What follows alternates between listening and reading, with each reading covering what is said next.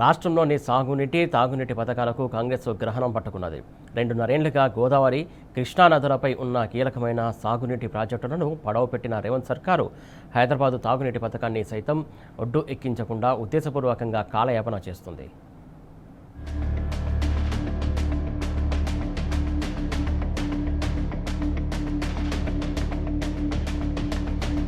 కాళేశ్వరం ప్రాజెక్టులో భాగమైన మేడిగడ్డ బరాజును పునరుద్ధరించాలని రైతులు కోరుతుంటే ఎన్డీఎస్ఏ చెబితేనే చేస్తామంటూ కాంగ్రెస్ ప్రభుత్వం 2.5 ఏళ్లుగా మొండికేసింది.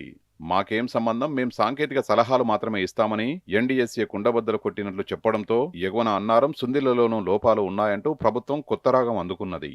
ఇప్పుడు వీటి సరసన హైదరాబాద్ తాగునీటి పథకమైన సుంకిశాల కూడా చేరింది. మనసుంటే మార్గం ఉంటుంది, కానీ సర్కారుకు మాత్రం ప్రాజెక్టుల ద్వారా నీటిని ఎత్తిపోయాలనే మనసు లేదు. రైతులను ఆదుకోవాలని, ప్రజల దాహార్తి తీర్చాలనే చిత్తశుద్ధి అంతకన్నా లేదు. కారణం, బీఆర్ఎస్ ప్రభుత్వం పూర్తి చేసిన ఈ ప్రాజెక్టులతో సాగునీరు అందిస్తే కేసీఆర్కు పేరొస్తుంది. అందుకే కాళేశ్వరంలో పరీక్షల పేరిట, పాలమూరు రంగారెడ్డిలో భూసేకరణ సాకుతో, సుంకిశాల పథకంలో డిజైన్పై అధ్యయనం ముసుగుతో వేల కోట్ల రూపాయలు ఖర్చు చేసిన ప్రాజెక్టుని అందుబాటులోకి తీసుకొని రాకుండా కాలయాపన చేస్తున్నారు.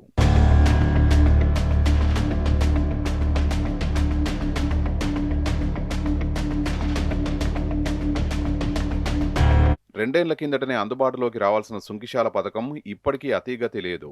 2-3 రోజులుగా వర్షాలు పడుతున్నాయే గాని, లేకపోతే హైదరాబాద్ మహానగరానికి తాగునీటి గండం పొంచి ఉండేది. వర్షాలు పడి ఇన్ఫ్లోలు మొదలవ్వడంతో పనులు ముందుకు సాగే పరిస్థితి ఉండదు. అంటే సుంకిశాల పథకం ఇంకో ఏడాదికి కూడా అందుబాటులోకి వచ్చేది కష్టమేనని అధికారిక వర్గాలే అంటున్నాయి. పైగా పథకం చివరి దశలో డిజైన్ను తెరపైకి తెచ్చి అధ్యయనాలు చేపట్టడం అంటే కాంగ్రెస్ ప్రభుత్వం తమ తప్పుల్ని కప్పిపుచ్చుకునేందుకు సరికొత్త డ్రామాకు తెరలేపుతుందా అనే అనుమానాలు వ్యక్తమవుతున్నాయి.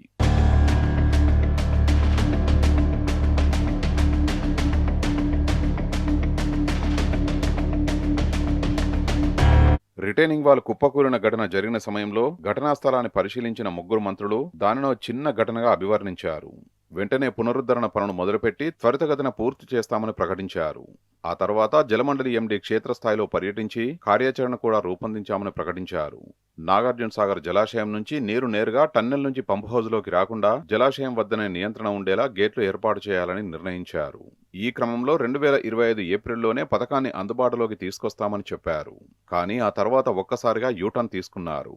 దాదాపు 85 నుంచి 90% వరకు పనులు పూర్తయిన పథకంపై పునః సమీక్షకు పూనుకున్నారు. ప్రక్రియలు నిర్వహించే బాధ్యతను ఐఐటి మద్రాసుకు అప్పగించారు. ఇందుకయ్యే 4 కోట్ల రూపాయల వ్యయాన్ని నిర్మాణ ఏజెన్సీ మెగా ఇన్ఫ్రా భరిస్తుందని జలమండలి చెప్పింది.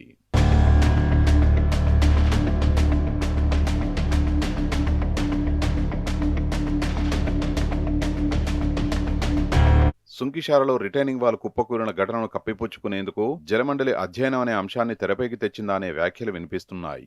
లేకపోతే పథకం చివరి దశలో డిజైన్పై అధ్యయనం ఎందుకు, తద్వారా ఏమి తేల్చనున్నారనే ప్రశ్నలు రేకెత్తుతున్నాయి. కాంగ్రెస్ సర్కారు అలవాటుగా మారిన బీఆర్ఎస్ ప్రభుత్వంపై నెపం నెట్టేందుకు ఐఐటి మద్రాసుతో అధ్యయనాన్ని తెరపైకి తెచ్చి డిజైన్లోనే లోపం ఉన్నదంటూ ప్రచారం చేసేందుకు కుట్రలు పన్నుతున్నారా అనే సందేహాలు లేదన్న విమర్శలు వ్యక్తమవుతున్నాయి.